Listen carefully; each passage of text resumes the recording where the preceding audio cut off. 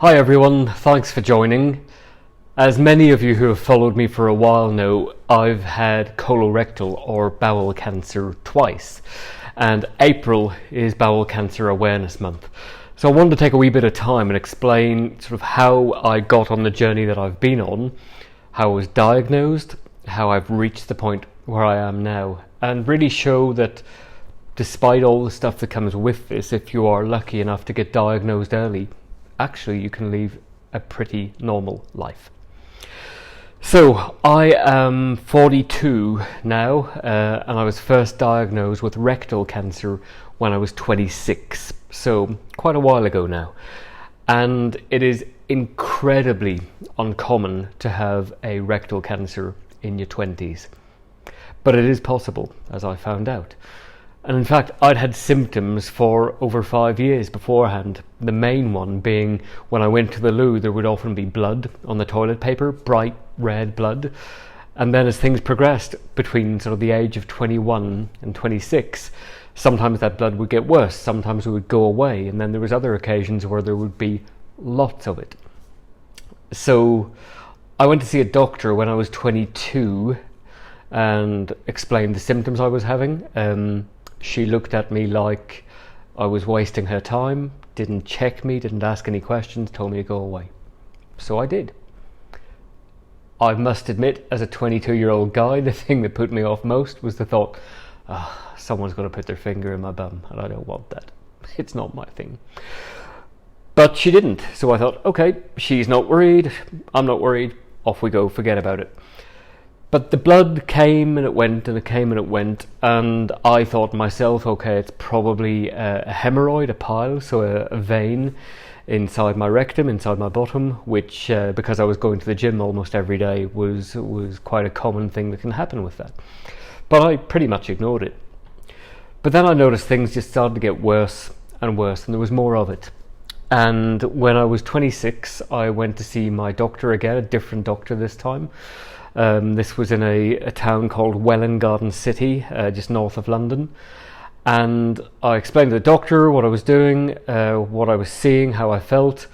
And he said, okay, it's probably hemorrhoids, didn't physically check me, but prescribed suppositories and said, try this, it'll be gone within a week. So I did that, used the suppositories every day, no change. The bleeding continued. I was pretty tired. In fact, I was really tired at this point, but I was working in a really busy operational law enforcement role, and I thought I was just tired because I was working to midnight every day and being interrupted in my sleep 2 or 3 times a night almost every day of the week. But I went back to the doctor and I said, look, this bleeding didn't go away at all. And he went, okay, well, we'll try it again. I'll give you some more suppositories, but also I'm going to write to the hospital and ask them to come and check you out anyway, just to be on the safe side. But don't worry, it's nothing. So on the 10th of May 2006, I went out to the hospital for an exam called a rigid sigmoidoscopy. Not the most pleasant experience of my life. It's having a camera which is on a relatively thin metal pole or plastic pole, pushed gently into your bum, and what it does is it sort of spreads things out a little bit, shines a light up inside and allows the doctor to have a look. Now, ladies, those of you who have been through smear tests, it's pretty similar to that from what I understand from speaking to women who have had it, only in your bum. So, I don't know, I don't mind now being naked in front of a doctor, but I was wearing a shirt, tie, suit, so being naked from the waist down but wearing a shirt and tie was quite a strange experience. Wasn't very comfortable, but I remember the doctor saying just before he started, do you mind if I bring a medical student in and she or he can see what's going on as well? And yeah, of course, I don't mind, that's how they learn. And I was expecting this sort of big guy to walk in, but of course it was a young, pretty, beautiful woman who, sort of seeing me lying on my side with my knees up to my chest, naked from the waist down, but wearing a shirt and tie, probably wasn't the best day of her life either. But anyway, he did the exam and he went from being pretty jovial, pretty relaxed, to suddenly total change of demeanour, and got dressed and he said, okay, there's something there that I need to look at more closely. You need to have a colonoscopy. Today is Wednesday. The earliest I can do the colonoscopy is Monday. So he gave me an envelope and he said, bring that envelope over to the colonoscopy suite and they'll give you a date. Come back and tell me what that date and time is and I will do the exam. And okay, knew things had suddenly gone pretty serious. So I was walking over to the colonoscopy suite and I opened this envelope and it said rectal tumour 6 centimetres from the anal verge, so where your bottom opens or closes, 6 centimetres inside me there was a tumour. And at no point in your life do you get told that you have a tumour and think, that's okay. Now remember, this back in 2006, this was before, if you can believe, we had the internet easily anywhere. We certainly didn't have it on our phones. We're that old now, ladies and gents. So I went off to the local library and I googled rectal cancer, and for those of you who have been through it, you know the results that you get aren't great. There's a lot of talk of very serious symptoms, consequences and death. But I knew I was sick. I then realised, it wasn't a surprise. It really wasn't a surprise because I'd been really quite unwell for a while. So now I knew, okay, here's where we are. I've got a diagnosis. I almost certainly have cancer. Don't quite know yet, but we'll find out next Monday, hopefully, with the colonoscopy. So I called my parents. I'm an only child, so that wasn't a great call to do. My dad came over and came with me to the hospital, and the colonoscopy was done. Colonoscopy wasn't great, if I'm honest. I've had many colonoscopies since then in a much better way. There was no sedation or pain relief. It was done just completely wide awake. Not a great experience, if I'm honest. But what I do recall is lying on the bed looking at the TV screen as the doctor had the scope inside me and I could see my tumour. I can still picture it to this day. It was this white, lumpy, highly vascular, so lots of blood vessels on it, and it was on a stalk, kind of like broccoli, if you can imagine broccoli. And he took biopsies of it, so took samples which he removed through the colonoscope, and then said, okay, what I do now is I'm going to refer you to another doctor whose specialisation is tumours of the rectum. He was more of a colon guy, so the bigger part of the large intestine. Whereas the rectum, when you feel you need to go to the toilet, that's the rectum that you can feel. So he took the samples, I went home, and then I had an appointment, I think it was like 10 days later, with the specialist rectal consultant. And he said, we're still not sure if it's cancer. It looks like a cancer, but the bits we've taken of it, the samples we've taken, are they're highly dysplastic. So that means the DNA in it is very, very broken down. It's at a very dangerous stage, but it hasn't quite reached malignancy, that point of actually being cancerous. So I then had another procedure. It was about 3 weeks later, where under a general anaesthetic, they removed the tumour and the stalk that it was on, and I'm not a tattoo person, doesn't do it for me, but they put a tattoo up inside my ass. Okay, so a tattoo inside my rectum, X marks the spot of where the tumour was removed from, and then sent the tumour off for pathology, which took another few weeks.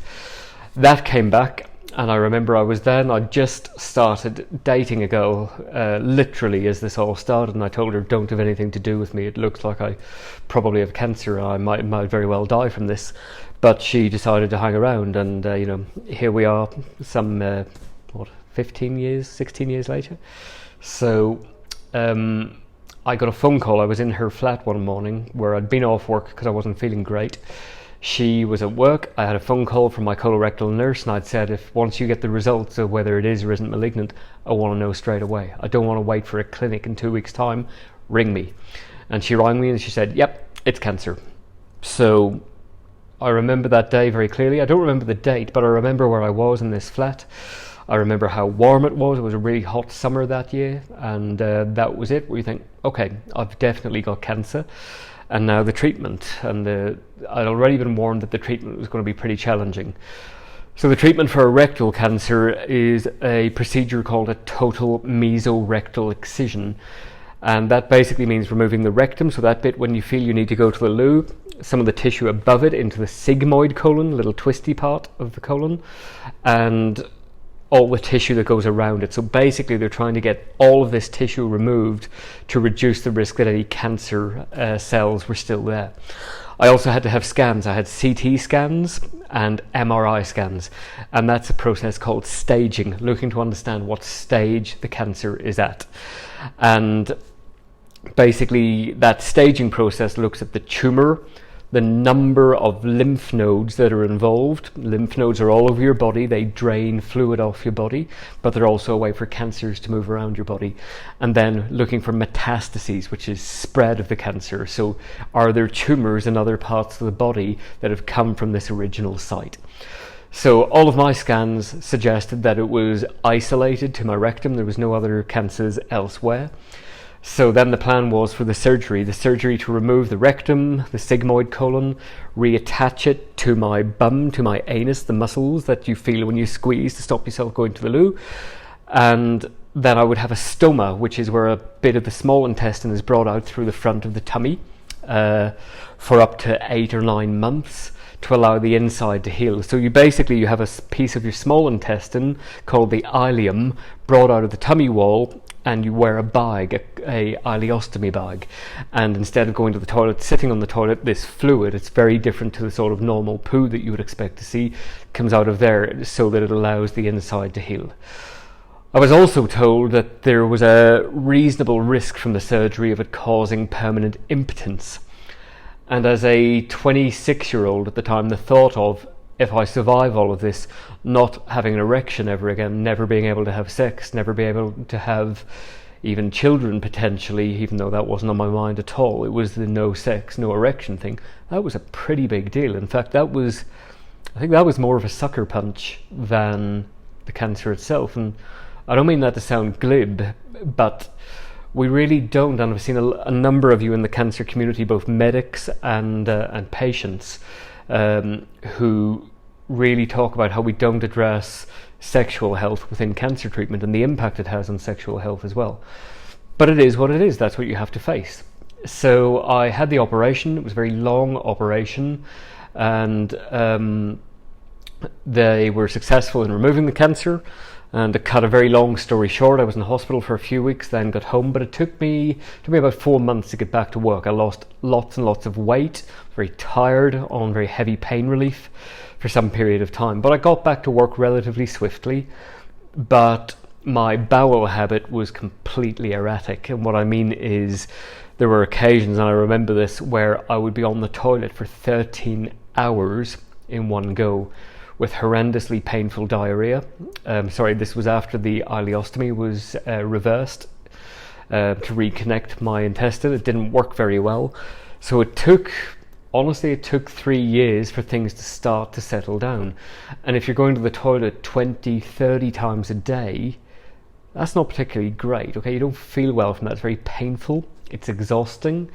And again, back to the impact that has on one's life. My girlfriend, who then became my wife during this, imagine getting together with someone and then marrying someone who, the moment you eat in the evening, you then have to go to the loo and you're not seen for the next 5, 6, 7 hours, okay?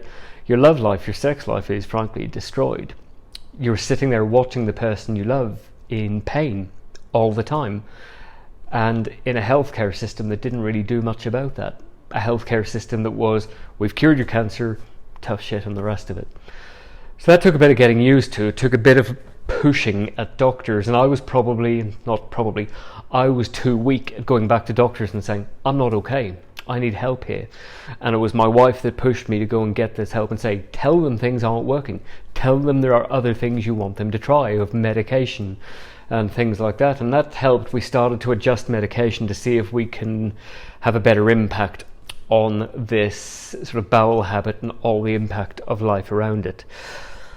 We then moved to the Netherlands in 2011, and all of my follow-ups, so I was on routine colonoscopies once a year, having a sigmoidoscopy, so the camera up the bum, every 3 months, having CT scans every 6 months, and there had been thankfully no other sign of cancer. It looked like we had got that cancer under control, and it was now basically, it was in remission, and you've got to get through 5 years to be officially counted as no evidence of disease. Some people call it cured, others don't. I simply say you get through 5 years. If you're still alive, then you've done incredibly well indeed. You're very lucky to do so. So I was one of the really lucky ones there. I did get to live through 5 years post-cancer. And in that intervening time, I was lucky I hadn't had the nerves that control erections damaged, so I was still able to have sex. We were lucky to be able to go and start a family. But all the impact of living with going to the loo all the time, not feeling great, feeling in pain, yeah, it wasn't great, but it was survivable. And I think I got myself into my mentally in a very early space of saying, this is how it is. So I have to cope with this and try not to get overwhelmed by it. And I don't think I did. I think I coped with it okay.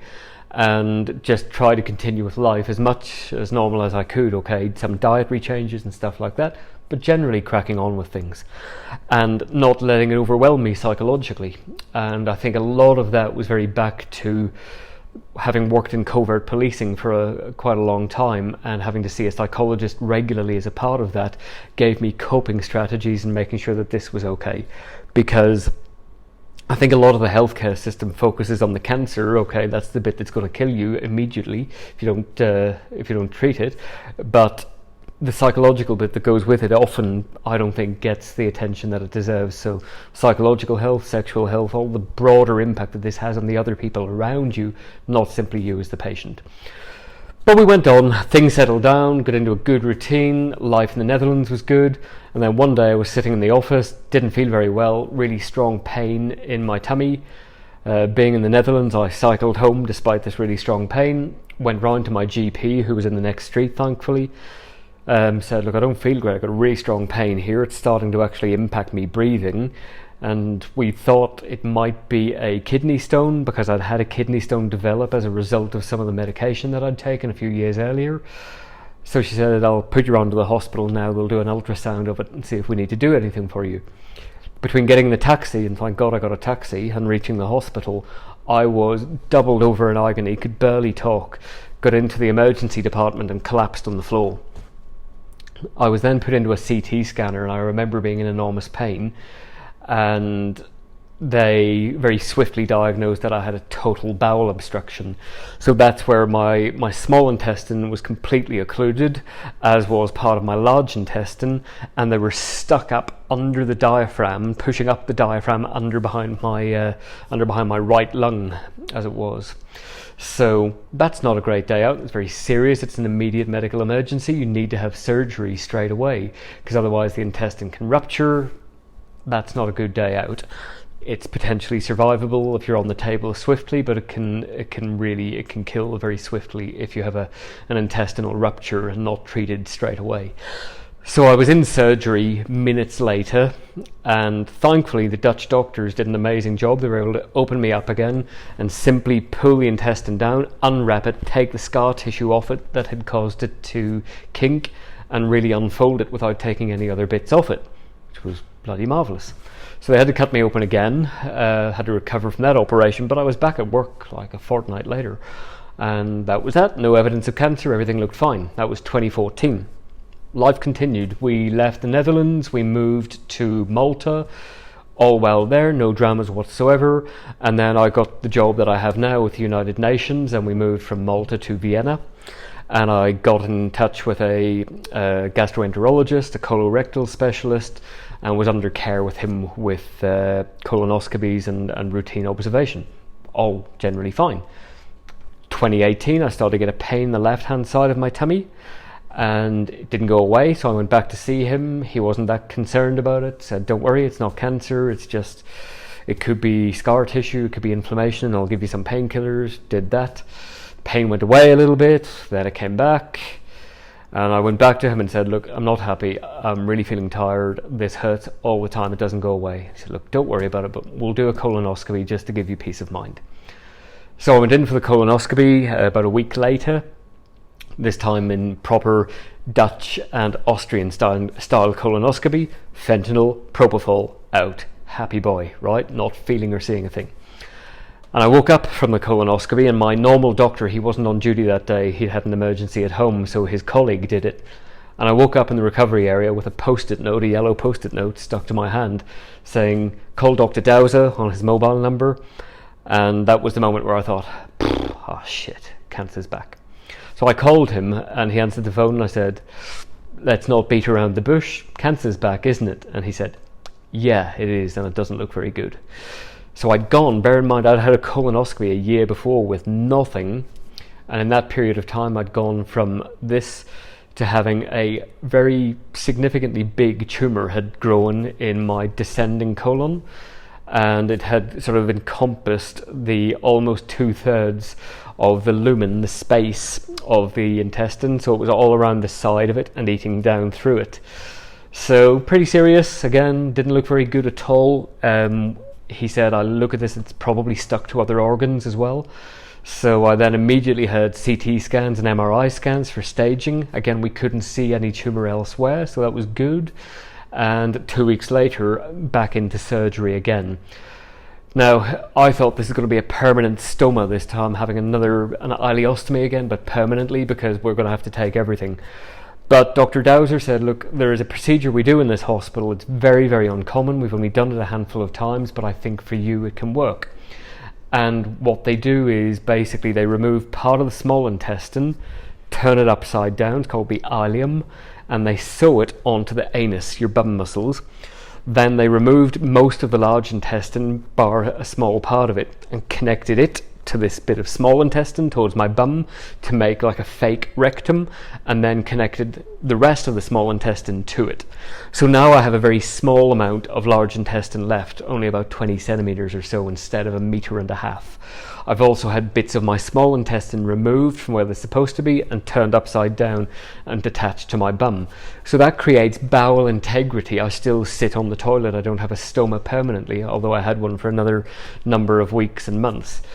But with all of that, it meant, he said, I can continue bowel integrity and it will hopefully help you be more hydrated, because your large intestine absorbs water, and when you remove that, then your small intestine and stomach has a large amount of work to do, which is quite difficult. So we did that, but unfortunately just before the surgery, when I was having a neuromuscular block, a spinal anesthesia done, a very rare complication that can happen, it happened to me, which is that it caused a number of brain hemorrhages. It caused a change in the pressure of the cerebrospinal fluid in my spinal cord and over my brain, and my brain shifted in my head and the veins broke over the top of my brain. That was incredibly painful. I felt like I'd been hit over the head with a metal pole, and then went straight into surgery after that, not feeling very well at all. But the anaesthetist hadn't realised what had happened. So I had the surgery, came out, I was in intensive care. It was a very long operation and I wasn't very well after it. Had a type of a cardiac arrest after it called a ventricular tachycardia arrest, where because of electrolyte imbalances and loss of blood, my heart just didn't work properly, went into a very fast rhythm and needed to be shocked and then controlled with drugs. That was quite an experience. So I was in intensive care for a week, and then in the normal hospital ward, thankfully in a room on my own actually, for a month. With a stoma, once again, with significant pain relief, because this was a very painful operation. And actually I had a pain immediately after the operation in the left hand side of my tummy, which has never gone away. It is what it is. So I had to learn how to walk again, because the brain hemorrhage changed my vision. It took 3 weeks for the pain to go away, to the point where I could sit up from flat to like that. And then I had to learn with the physios to walk again, and that was tough. It was really quite emotional actually the first day that I walked again. And then I got out of hospital, if I recall rightly, on my birthday, which was pretty marvellous. At this point I had 4 children, so having had conversations with the kids about death, about the potential for death, wasn't great, but it was really important for me to be honest with them that there was a risk that this wouldn't go well. So we had those conversations, my wife and I, with them, and prepared them for that. I then, before going into hospital for that operation, had recorded videos to say goodbye, just in case everything went wrong. And for some people that sounds really morbid, but for me this was how I controlled the uncontrollable.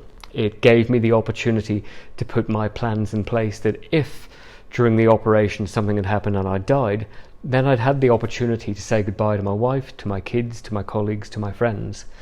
But the only time I cried about this whole thing was recording those videos. I remember sitting in our kitchen in Vienna recording those, and there's no place in your life where you should be starting a video saying hello to my child and saying, if you're watching this, it means that unfortunately I died, but I wanted to take the opportunity to say goodbye. And that, despite being tough, being incredibly tough to record those, I can feel it right now talking about it. It was really empowering to do it as well. I felt that I'd done as much as I could to be in control.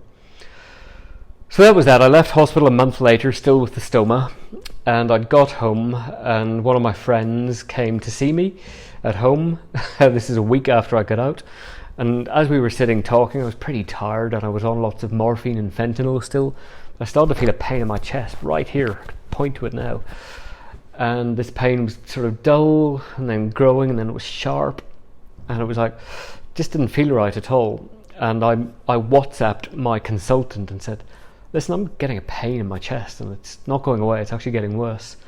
And he replied, he rang me straight away and said, get here now. And I thought, oh bloody hell. I said, is it an obstruction? Is my bowel obstructed? And he goes, no, I think you have a pulmonary embolism, which is a blood clot in the lung, which is, as I didn't know at that point, is incredibly common after abdominal surgery, and especially when you've been on the table for a long time and when I've been in bed in the hospital for a long time. This is despite the fact I was having injections every day to thin my blood, and still was. So I went to the hospital, was in a CT scanner straight away, and I had pulmonary embolisms in both lungs.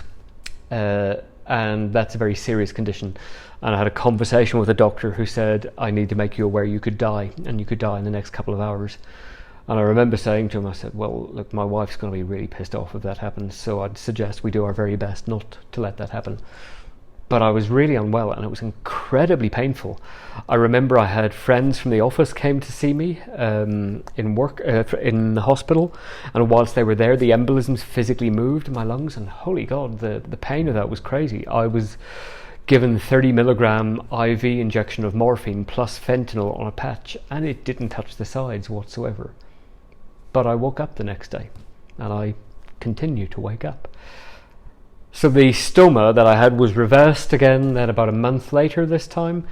My bowel habit was crazy again, but now we tried, I think, much more than the UK did, but in Austria we tried many more interventions, many different drugs, and I had a brilliant GP, an amazing woman called Dr. Hubel, along with my consultant Dr. Bernhard Dauser, and they were remarkable at trying different things to try and make this crazy tube of mine work. So over periods of weeks and months and years, we then got stuff that worked, and different doctors that I saw, gastroenterologists and nutritionists, we all tried different things and got me to the point of having a system that worked, having drugs that reduced the bowel movements that I was having from like 30 a day down to now my normal is between 5 and 10 per day. More than anyone would prefer to have, but for me with a very small dysfunctional tube, then that was pretty good to get it to that point. It means I have to take lots and lots of drugs now which help me digest, because my intestine, whilst it is connected from my mouth to my bum, it doesn't work the way that it ought to. There's only so much you can remove before it doesn't work so well anymore. So I've developed a number of different conditions now because of that. One is called short bowel syndrome, which is basically there isn't enough functional gut to do its job. So that from the start of my cancer journey back in 2006 through to now, meant that with going to the toilet so often, I actually wasn't absorbing iron or vitamin D or calcium anywhere near as well as I should. So that led to a type of osteoporosis called osteomalacia, where my bones are very soft. I've lost the calcium from my bones. So if you do a blood test on me, my calcium levels are normal, but it's because the calcium was coming out of my bones into my bloodstream, and so the bones were getting weaker and weaker. And we actually worked this out because I had a really horrible muscle tear last year, or the year before last, in Vienna, where I tore my calf muscle, just playing with my son. I thought I'd been shot in the leg. It was a crack, incredible pain, dropped to the floor. and that was caused by this loss of calcium and nutrients. My vitamin D was in my boots. I'd also suffered routinely from really dangerous levels of anemia. I had very limited, very low levels of iron in my blood. So all of that means that I take iron each day, high levels of iron, very high levels of calcium, and of vitamin D as well. Try having a conversation with an insurance provider about that, because they think you're just taking a supplement as opposed to it's saving your bones. But anyway, I digress.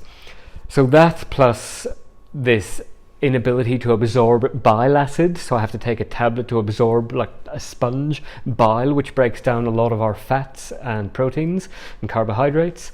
Then I have to take loads of enzymes to digest things because I don't produce enough of the enzymes anymore. And all of these are really expensive. And for those of you, maybe if you're in the UK, you live in a healthcare system where everything, your point of getting drugs like this post-cancer, everything is free. Or if you're in a system like the Austrian healthcare system, you pay maybe €6 or €7 per prescription for each drug. I was very lucky in Austria to be part of that system and to get most of what I needed at a very reduced price. Now I live in Kenya. Actually, right now I'm in Uganda, but in Kenya I now have to, there is no socialized healthcare system that would provide for me, so I have to pay for everything privately. So for a couple of months worth of my drugs, it's nearly $3,000, which I have to pay up front, and then I claim back around 75% of that. But for the things that are really important for my bones and my muscles, right now the insurance company is refusing to pay for it. I'm challenging them on that, and I hope they change their mind, because it's not a supplement. It's actually stopping my bones from fracturing and my muscles from tearing. But it really has become clear to me now that imagining if I wasn't in a job that was very well paid with a very good health insurance plan around it, how would you pay for any of this? I mean, how would you survive? How, if you are unlucky enough not to have socialized healthcare and not be able to afford insurance or to be able to afford the medication? I mean, it's just astounding when I think of it now, how many people in the country or the regions that I live in now would not have anywhere near the luck that I have in being able to get the healthcare, to get the drugs that they need to survive. Quite probably they will die because they can't afford to get that. And there's nothing clearer to me now about the need for social health care, where we all pay into a system that helps everybody else. And I find it remarkable when I see countries that are economically developed, like the US, where you don't have this. That's insane. I mean, that makes no sense. And I'm ever so grateful to the United Kingdom system, to the Austrian system, and to the Dutch system, all of which saved my life for a very limited cost on me. So that brings me all the way back to, here I am today, I'm 42, I am now 14 years from the first cancer, coming up on 4 years this summer from the second. All of my scans, touch wood, are that there's no current evidence of cancer. Does it mean my cancer journey is over? I doubt it. I think it'll come back at some point. I clearly got something wrong with me that causes me to grow cancers very quickly. Just in my colonoscopy 6 months ago, we found 3 new tumours that were growing, but thankfully we got them out before they had become cancerous. But 6 months earlier, that colonoscopy was completely clear. So I have the ability to have a utterly dysfunctional colon that grows tumours. I don't have any of the known genes for a syndrome called Lynch syndrome, or familial adenomatous polyposis, something like that, FAP, where you grow lots and lots of tumours. I don't have that. I don't have any of the genetics for that. But there's clearly something going on in there. I've never smoked, I've never drank too much, I've never eaten, so it doesn't make sense. But that's me, that's who I am, and I accept that now. My wife and kids, God bless them, have had to accept it. My colleagues accept it, and they've accepted me for all the flaws that I have with this now. The dark humour that comes with it. When I travel, they have to predict and plan all of my travel around, does he have access to a loo? Does he have his meds? With COVID, I have to plan travelling. I bring 2 or 3 weeks of medication with me, because if I got COVID and I'm then isolated, I have to be able to take my stuff. So all of that's taken planning. It's incredibly expensive, it is time consuming, it's exhausting, it hurts. I've developed other syndromes called Crohn's disease, and inflammation of the intestine has started in the past couple of years, just to add to the fun. And yeah, but all of that aside, I'm alive. I should be dead. I should be dead multiple times over, and I'm not. So how do we learn something from this? So I guess the biggest learning point is, don't do what I did. I ignored rectal bleeding, bleeding from my bum, blood on my poo, blood on the toilet paper for 5 years. Okay, I went to the doctor and she dismissed me, but come on, we all know bleeding from your bum is never normal. Never. So I should have gone back. And if I had, well, maybe things would have been dealt with much earlier, maybe, but lots of maybes, lots of ifs, buts and maybes, but I didn't, and then I went down that path. But as we see now, I seem to be quite competent at growing tumours very quickly. So now I have to be really alive to that, really alive to the signs and the symptoms of colorectal cancer. So please, I'm going to wrap it up. I've been talking for a while, way too long. But learn from my experience, ladies and gents. If you, a loved one, a friend, a relative, if they complain that they've had a change in bowel habit, 2 weeks or more, where they've had diarrhea that they wouldn't normally have, or constipation that they wouldn't normally have, they have a lump in their tummy that they can feel, they have blood on the toilet paper or on their poo, you've got to look and check. Look and check. We all poo. We all go to the loo. Don't be embarrassed by it. If you have a feeling after you've been to the toilet that you're not empty, like there's still something there, all of these things on their own, every one of those is a reason to go to a doctor. You don't need all of those, just one of those. Maybe you're exhausted and you can't find the energy to do anything. Maybe you're pale. Go and see a doctor. It's probably not cancer, but there's always a risk that it might be. And look at me now, right? Look at me, I'm still here, I'm still alive. I'm able to go to the gym, I'm able to travel around the world. I'm able to do all of this because I got diagnosed and treated on time. Not everybody is lucky as me and gets to be diagnosed at a point where they're treatable. I was. And then as a result of that, it's my job to make the best of my life that I can. I don't know how long it will last. So trying to make, it's a cliche, the best of every day, to do the best for my family, to do the best for my friends, to do the best in my job that I can do to try and make a difference in this crazy bloody world that we live in right now. But all of that together is about looking after ourselves. Know the signs and symptoms, and if you have them, please get help. Thanks for listening. If you've got this far, I owe you a drink of something somewhere someday. Take care, stay safe, think about yourself, think about each other, and don't ignore symptoms that your body is making you feel. Don't ignore the signs that you can see. You might just save your life. Take care. Thanks for watching. See you next time.